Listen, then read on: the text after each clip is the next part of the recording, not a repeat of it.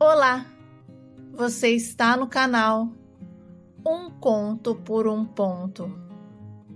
Eu te convido a curtir, a comentar, a compartilhar e se inscrever no nosso canal. Meu nome é Elizabeth. Moro no Rio de Janeiro, na cidade de São Gonçalo, e concordo plenamente com a frase que a minha mãe sempre diz, que ingratidão tira afeição. Marcelo e eu estávamos casados há 11 anos e éramos bem felizes. A gente se compreendia bem e tudo o que íamos fazer, procurávamos fazer juntos. Era algo natural nosso, sabe? A gente gostava de estar juntos. Trabalhávamos na mesma empresa. Inclusive, nos conhecemos lá. Eu sempre fui mais falante que o meu marido. Então, eu tinha uma enorme facilidade de fazer novas amizades, conhecer pessoas, até porque a minha profissão exigia isso de mim. Eu precisava ser comunicativa o tempo todo. Tínhamos uma vida confortável, uma casa boa, carro do ano, finais de semana regados de passeios e viagens. O nosso trabalho proporcionava isso a nós e eu amava o que fazia.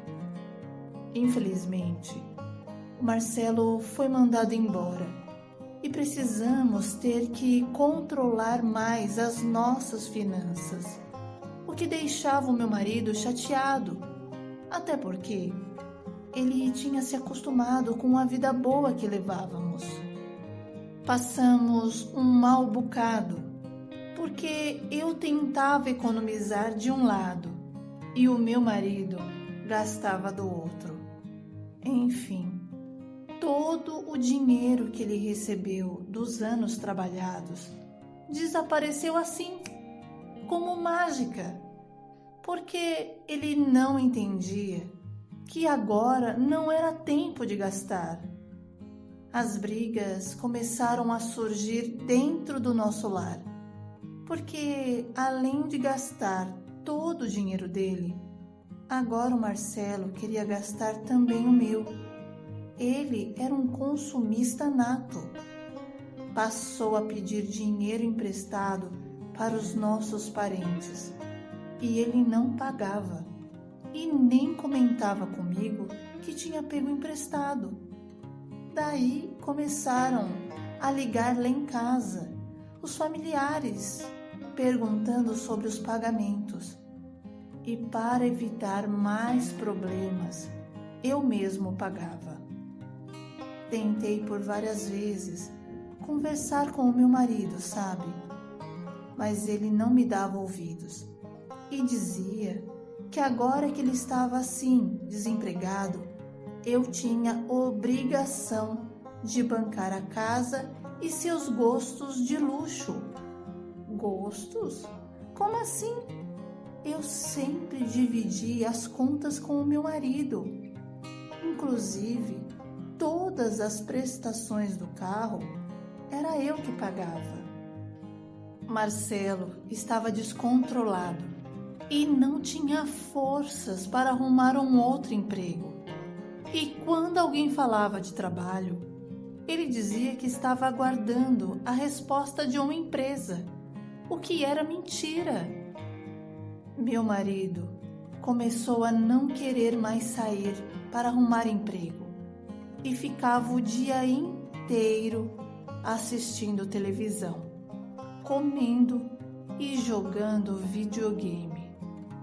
Dentre isso, Marcelo começou a engordar e chegou a pesar 135 quilos, o que o deixava irritado.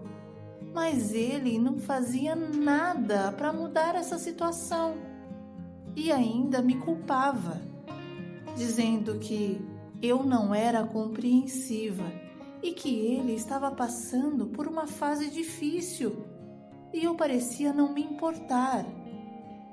Ele entrou numa grande depressão. Precisei ser forte para ajudar o meu marido. Cada dia que passava, mais o Marcelo se entregava ao desânimo. Ele não queria mais saber de nada e chegou a ficar dias sem tomar banho. Passou a me xingar, a me ofender e dizer que eu só me importava com o meu trabalho, com as minhas coisas, o que era uma grande mentira. Marquei algumas consultas para o meu marido e ele foi sendo assistido por alguns profissionais e pouco a pouco o Marcelo foi se animando, sabe? Depois de 1 ano nessa vida, o meu marido conseguiu um novo emprego. Só que, como ele estava muito acima do peso, tudo o que ele ia fazer ficava mais difícil, até mesmo entrar no carro. Sem contar que ele passou a se sentir inseguro e quando passava um homem perto de nós, ele já ficava rabugento, porque dizia que eu tinha olhado para o homem com desejo. Quantas bobagens o Marcelo começou a dizer para evitar mais problemas entre nós. Eu perguntei o que ele gostaria de fazer para se sentir mais seguro. E ele disse que gostaria de fazer uma redução de estômago para voltar aos velhos tempos. Juntei todas as minhas economias, vendi o carro, peguei o mais simples e resolvi investir na vida do meu marido, já que ele ia se sentir melhor, mais seguro, sabe? Pensei tantas coisas boas para ele que não vi problemas em pagar a cirurgia. Graças a Deus, o valor deu para cobrir todos os gastos, mas ficamos sem dinheiro nenhum. Depois da cirurgia, o Marcelo ficou mais vaidoso, passou a se cuidar mais e entrou numa academia. Pegou gosto pela vida mais fitness. Eu sempre apoiei o meu marido em tudo. Eu queria vê-lo bem. Ele estando bem, a nossa família também ficava bem. Marcelo enviou alguns currículos e conseguiu um bom emprego, um bem melhor que todos que ele já havia trabalhado. E ele voltou a ser o esbanjador de sempre. Festas, amigos, viagens, até que eu fiquei grávida. E para minha surpresa, o meu marido não gostou da notícia. De uma forma grosseira, o Marcelo me disse que não queria filhos, ainda mais agora que ele estava se dedicando totalmente ao esporte e a uma vida mais livre. Comecei a perceber um comportamento diferente. Ele passou a chegar tarde do trabalho e quando estava em casa, ficava grande parte do tempo no celular. Marcelo deixou de me procurar e quando eu me aproximava, ele saía de perto dizendo que o meu perfume o deixava com dor de cabeça. O nosso casamento estava à beira da ruína. Não tínhamos mais diálogo. E quando ele se dirigia a mim, era de uma forma ríspida. E eu não aceitei o jeito que ele queria me tratar. E perguntei se estava acontecendo alguma coisa que eu não sabia.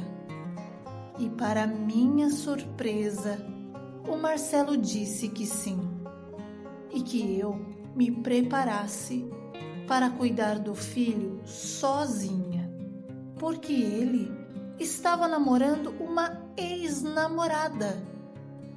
Marcelo estava tão seguro de si que não se importou em me magoar e foi destilando as suas nojeiras na minha cara e me contou que desde que fez a cirurgia começou a malhar e se reencontrou com a Silvana. E como ele ainda era muito apaixonado por ela, começaram a sair e desde então não se separaram mais. Inclusive, ela também estava grávida e perto de ganhar o filho deles. Fiquei sem reação. Como assim? Gente, apaixonado? Ex-namorada? Meu Deus, e agora um filho? Marcelo só podia estar de brincadeira. Eu só não pirei porque eu encontrei forças em Deus e na minha família. Porque o Marcelo me fez sofrer, ele me humilhou. Marcelo desprezou o nosso filho. Todos da família dele já sabiam do caso e ainda o apoiavam. Inclusive, a minha ex-sogra chegou a me ligar, dizendo que era bom eu sair da vida do filho dela, porque ele estava agora com alguém que realmente ele amava e o fazia bem. E quanto a mim e ao meu filho, que nós os esquecêssemos. Pareciam que todos estavam perturbados, sabe? Nossa, era uma coisa maligna, não tinha sentido. Como a empresa onde eu trabalhava tinha filial em São Gonçalo, eu pedi transferência e fui ficar perto da minha família. Criei o meu filho sozinha e Marcelo nunca quis saber do garoto e nem me deu nenhuma assistência. 2 anos depois do ocorrido, a dona Cirlei, a minha ex-sogra, me procurou, dizendo que o Marcelo estava numa profunda depressão novamente, porque a mulher dele tinha ido embora e levado o filhinho que ele tanto amava, e que ela gostaria muito que eu fosse conversar com ele, dar uma força, sabe? E que nessa hora a gente não podia guardar mágoa e praticar o bem ao próximo. Sinceramente, eu estava sem paciência para aquela conversa e mandei a dona Cirlei procurar o rumo dela e esquecer o meu número, o meu nome, e que um dia eu passei pela vida deles. Falei também para ela que eu não era santa e não fazia milagres. Brigamos feio e ela nunca mais voltou a me procurar. Não me arrependo do que fiz, porque eles nunca quiseram saber do meu filho. Atualmente, encontrei uma pessoa maravilhosa com quem divido a minha vida, os meus sonhos e os meus projetos futuros. Estamos caminhando na mesma direção. Benício hoje tem 12 anos e ele nunca sentiu falta do pai. Até porque, quando ele abriu os olhos pela primeira vez, a pessoa que ele viu foi eu. Mas, se um dia ele quiser conhecer o Marcelo, não serei eu que o impedirá.